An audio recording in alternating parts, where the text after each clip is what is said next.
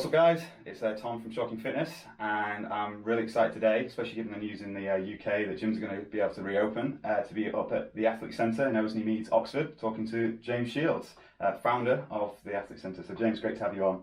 Thank you, mate. Yeah, pleasure to be here. Yeah, awesome. So today I really want to talk about all things TAC, but before we do that, kind of want to talk more about you, kind of like what's your background, but more specifically, what's inspired you to kind of put health and fitness in the kind of core of your lifestyle, career, and now sees you kind of founder of the Athletic Centre, which has not only a great facility here in Oxford, there's a facility down in Didcot, online training, online programming, and many other things as well. Yeah, so I suppose my journey started in the army, really. I was in the army for 6.5 years. I left the army in 2007 and pursued a career in personal training. So I worked at a commercial Globo gym for probably 5 years before setting up my own personal training studio in Oxford. After a while, and that's what I thought I wanted to do. I thought I wanted to be a personal trainer. And then after sort of 10 years of being a personal trainer, you suddenly realise, well, I don't want to be a 50-year-old personal trainer, so I need to look at a way to scale this and look for a potential get out, long term. So had the idea to set up my own gym facility.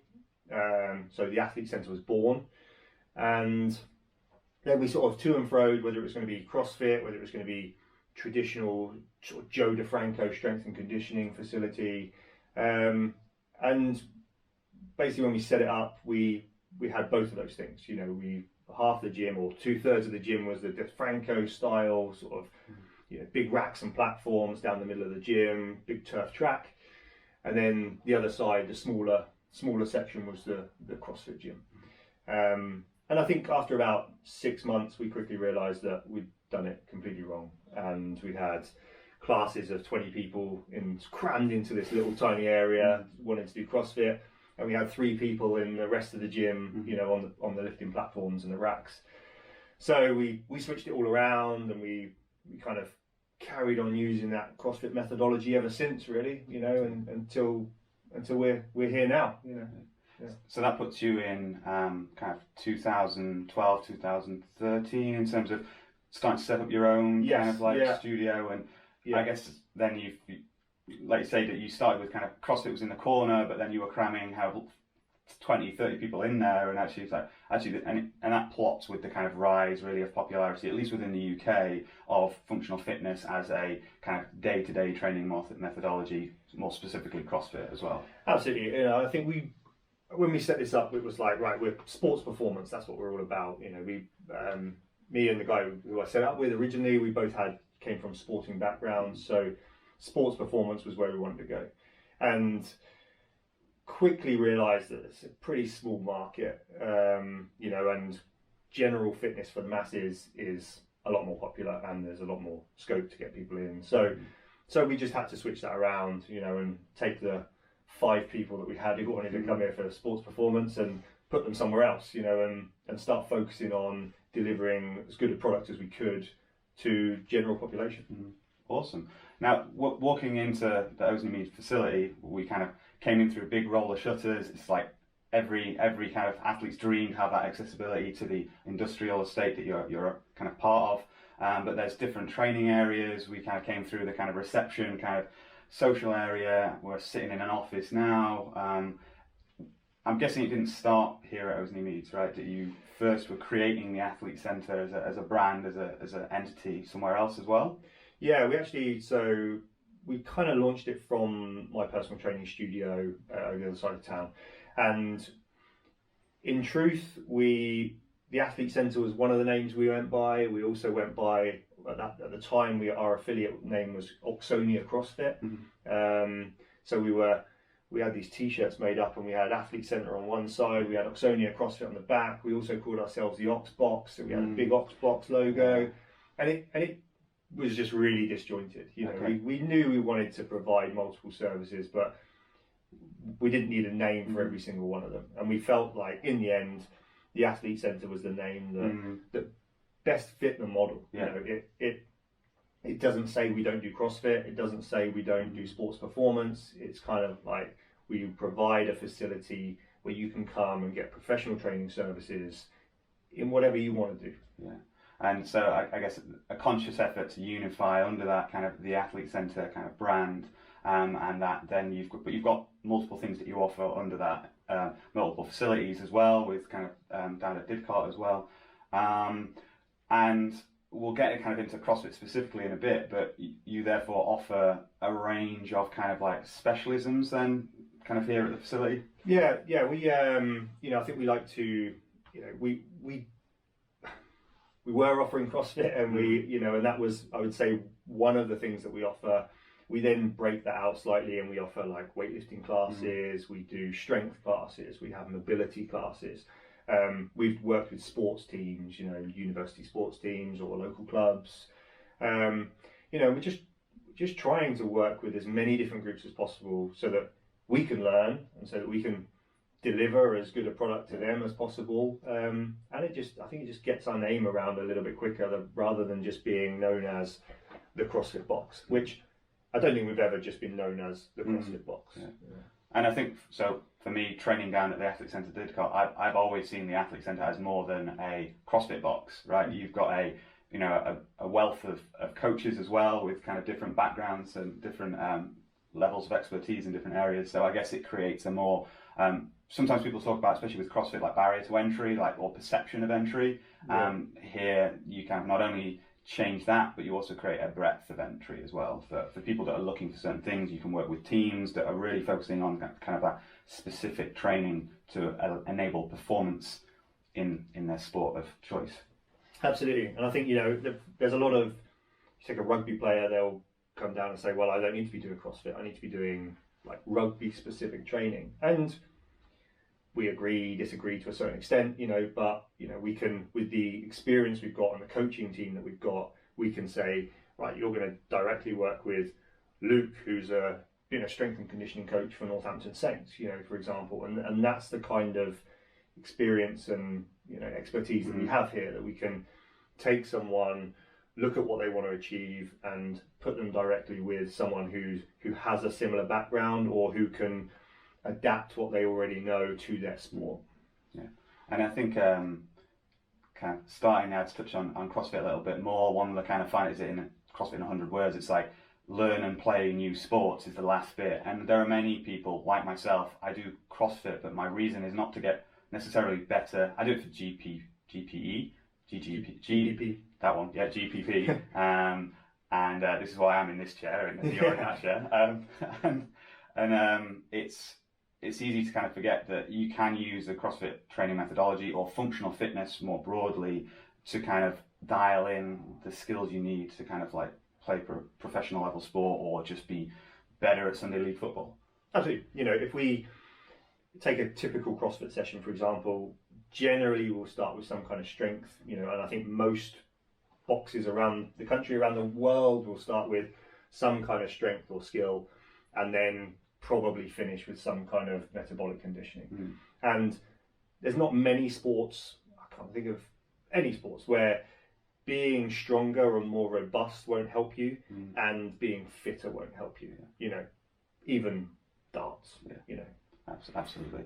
And I mean, in darts, there's often asymmetric loading, right? Because you've got a pint glass in one hand and only a dart in the other. So there we go. This is a whole different vlog now. So I guess kind of moving on, and so we've talked about CrossFit a little bit, and on the TAC podcast recently, you talked about how over the door it says the Athlete Centre, it doesn't say CrossFit TAC, which was the affiliate name. And I'm not going to go into the details, but there's been a lot of noise definitely recently and upheaval within the kind of CrossFit HQ, the CrossFit sphere, a lot of annoyance.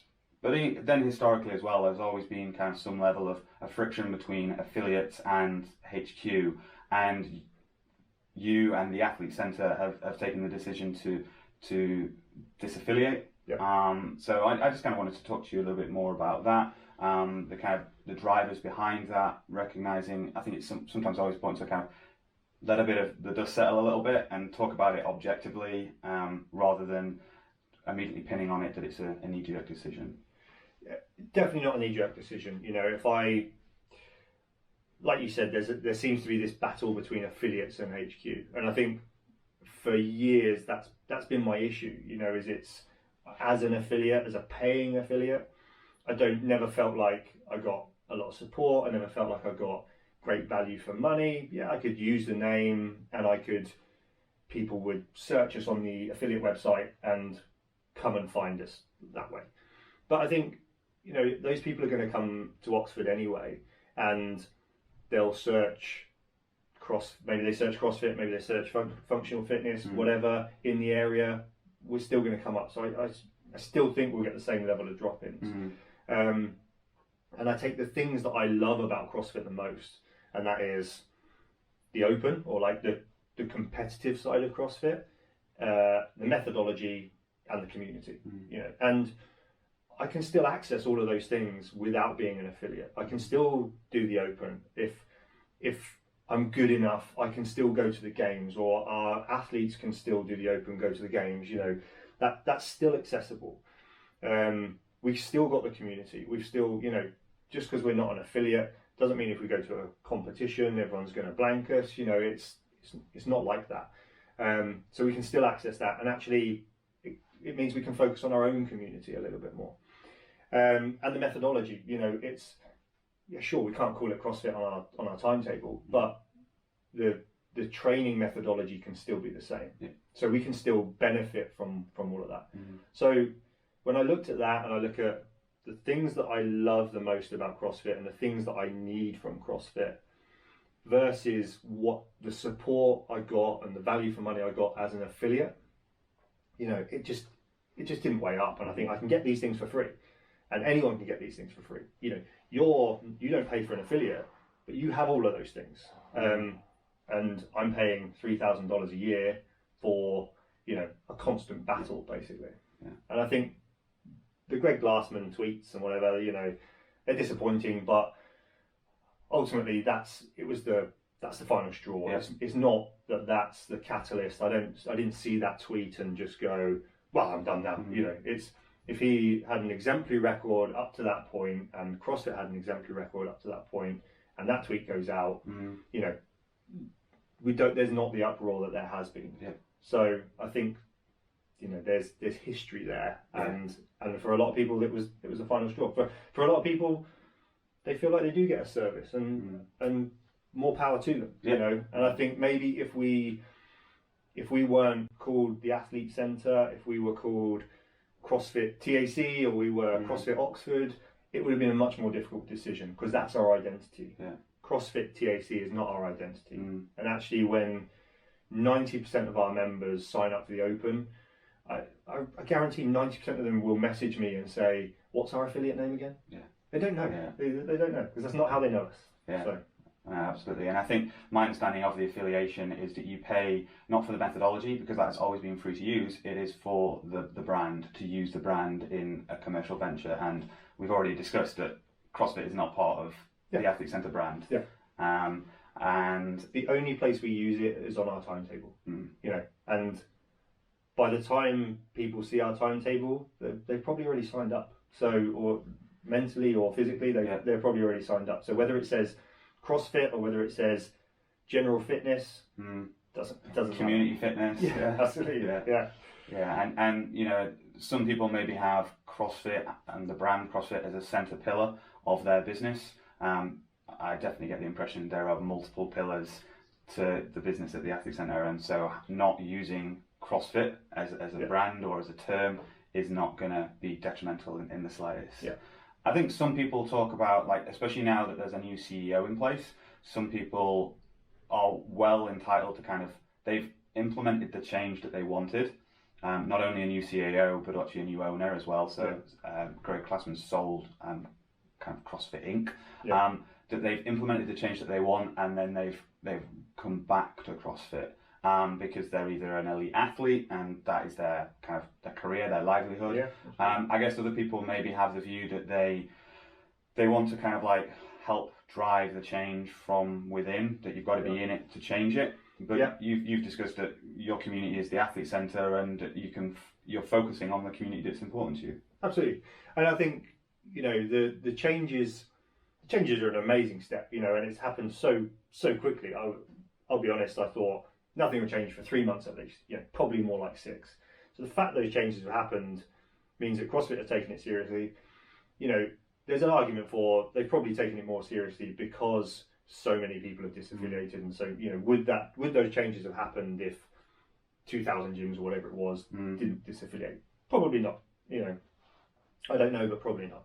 And they're great changes, and I think, you know, when I emailed our members to say we were disaffiliating, I also said that I wouldn't be signing up for the Open this year because I didn't want to put money sort of back into that cog, if you like. You know, with these changes, sure, I'll, you know, I'm probably leaning back towards I'll do the Open. Yeah. You know, but in terms of our business and going back to an affiliation, you know, there's been no business change. I'm sure there will be business changes, and who knows? In 6 months, we might sit here and I might say to you, I've seen what I needed to see, and I feel like I get value for money, so I'm going to reaffiliate. And I'm out, and I'm never going back. At the minute, I'm out because the business, it doesn't justify, you know, the financial offset. You know, if I've looked into kind of all the other affiliations you can do, and sort of one of them is the NC Fit thing with Jason Kalipa. Yeah. And straight away, you know, reading his, you know, price we got, it was like $1,000 cheaper, but straight away there's so much support there. And okay, you know, he can see what CrossFit have fallen down on, and he can apply that, so it's very easy for him to make it better. But there's like local kind of marketing drives, you know, to get people into your box. There's not, they won't allow someone to open up within a certain distance of you and things, you know, and I think that stuff's great. He's only launching it in America for now, which is obvious, but you know, and I'm not wouldn't necessarily affiliate with it anyway. I don't think we necessarily need to at this point. But, you know, I think CrossFit could probably look at that and start applying some of that, and it would really help affiliate owners. You know. Yeah, absolutely. And I think whether you're an individual or a business, you only invest in the things that you need and are going to get value return, right? Yeah. Return on investment. Yeah, I'd challenge anyone to kind of look at the service you get as an affiliate owner, and look at other services that you pay for. How many of, you know, if you paid $3,000 for another service that wasn't CrossFit, would you be happy with like the equivalent service you're getting? And I guarantee the answer is no. You'd cancel that subscription, or you'd cancel that insurance, or whatever it is. You know? Yeah, that's fair. So I think kind of parking that, because like recognizing it's not the athlete centre. Yeah. Really exciting in the UK to kind of have an opening date announced by the government, 25th of July. Kind of what's in. I've no doubt that it's been a tough now 4 months, more than 4 months really. What's in store for the athlete centre? Like, you've not been quiet. I know there's been a refurb going on, but what can kind of existing members, but also kind of potential members, have to look forward to in the kind of coming months? Yeah, well, I think again it goes back to community, and our focus is on the community we've got. You know, we're not going to be doing massive marketing drives. You know, we appreciate that there's going to be a limit on how many people we can get through the door. So for me to go out now and do a marketing drive and get 200 new members would be irresponsible, because I then couldn't give the level of service that I want to give to my existing members who have supported me through lockdown and who are the reason that we can still open on the 25th. You know, without them, we wouldn't be able to open. So I owe it to them to, you know, almost cap membership. So we're looking at how many we've got, how many would, if they sort of unheld their memberships, would come back. And then we'll probably put some kind of cap in place to make sure that we don't have, you know, twice as many people coming through as we want to come through, or we have to turn members away. You know, we just don't want to do that. We want to make sure everyone can come, everyone can train at some point in the day that works for them.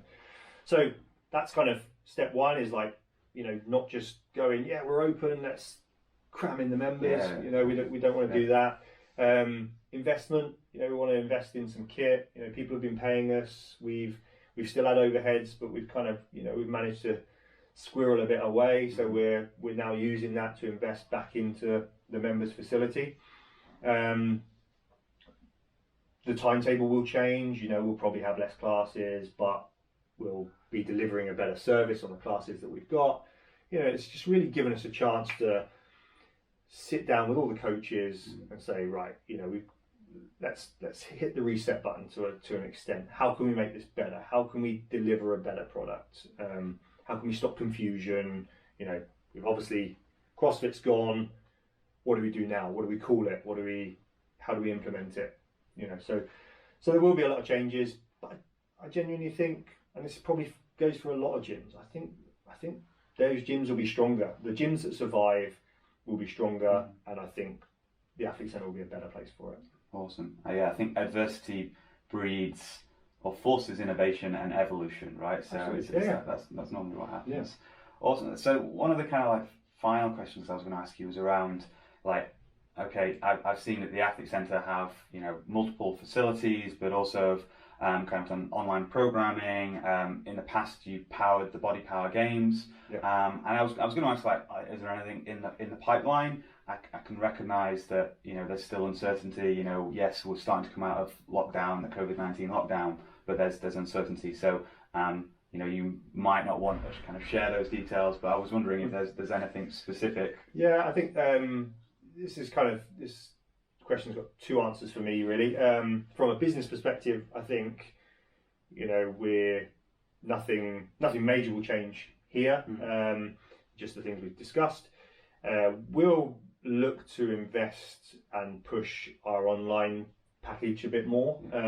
You know, we've got a lot of members that will now be working from home, and they're sort of saying, the Zoom session is going to carry on. You know, and we don't necessarily want to carry on with the Zoom sessions. We want to develop something that's better than that. Yeah. You know, and will the programming we've been pushing out, again, we want to give them more. You know, so that I think membership wise, we'll probably have an online membership moving forward. So that's kind of probably our biggest driving factor for the Athlete Centre.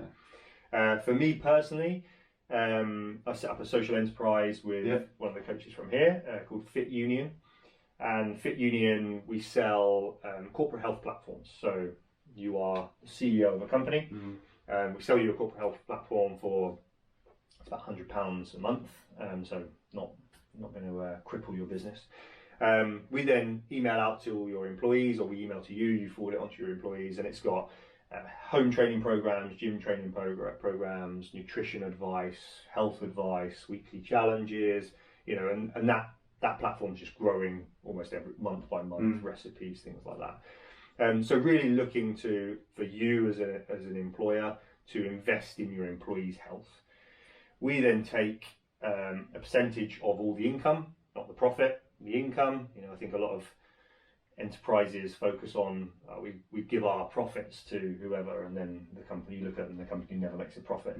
So we're committed to I think it's 20% of all income goes into running funding and running free fitness sessions in areas of deprivation around Oxfordshire, and we'll start with Oxfordshire, and running and funding educational courses for people living in those communities, so that they can gain employment in the fitness industry, so they can give back to their local communities. And we're working with some sort of really exciting individuals and some really exciting local companies and organisations to really get this off the ground. So it's early days. We've got a few companies signed up, and we've already highlighted an individual we want to send on some courses.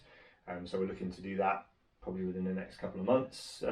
But yeah, we're companies who want corporate health, you know, give us a shout. No, I think that's awesome, and I think definitely in lockdown, personally, you know, I take for granted that I can go to the gym and I can train and that I can get the kind of mental release from that, but also the kind of physical kind of boost as well, kind of stay fit and healthy. I train majorly for longevity, and lockdown then actually makes you realise that you kind of take that for granted, and you're like, oh my God, I need that in my life. And it's important, I think, to stop and recognise that is a luxury that not everyone has in normal life, never mind lockdown. Absolutely. You know, I think anyone who sets up a gym probably, if they're honest, would say they get into this business to help people, you know, and that's 100% why I got into this business. And, you know, a few months ago, I sat down with Mike and we and we sort of said, yeah, we're helping people, but we're helping people who can afford £100 a month membership, or who can afford £400 a month worth of personal training. Yeah, sure, these people need help with their health, but they need the help, they access it. How do we help those people who can't access it? And that was the kind of driving force behind it, and that's what Fit Union's all about, is trying to give those services and make those services accessible to the most vulnerable people in the county. Awesome. Well, thanks very much. I really look forward to seeing that now that the end of lockdown is in sight. Fingers crossed, touch wood, everything we can do to kind of seeing the athlete centre kind of going from strength to strength as we kind of come out of an uncertain period, but also kind of seeing what Fit Union can do as well in Oxfordshire. So thanks again. Thank you very much for having me.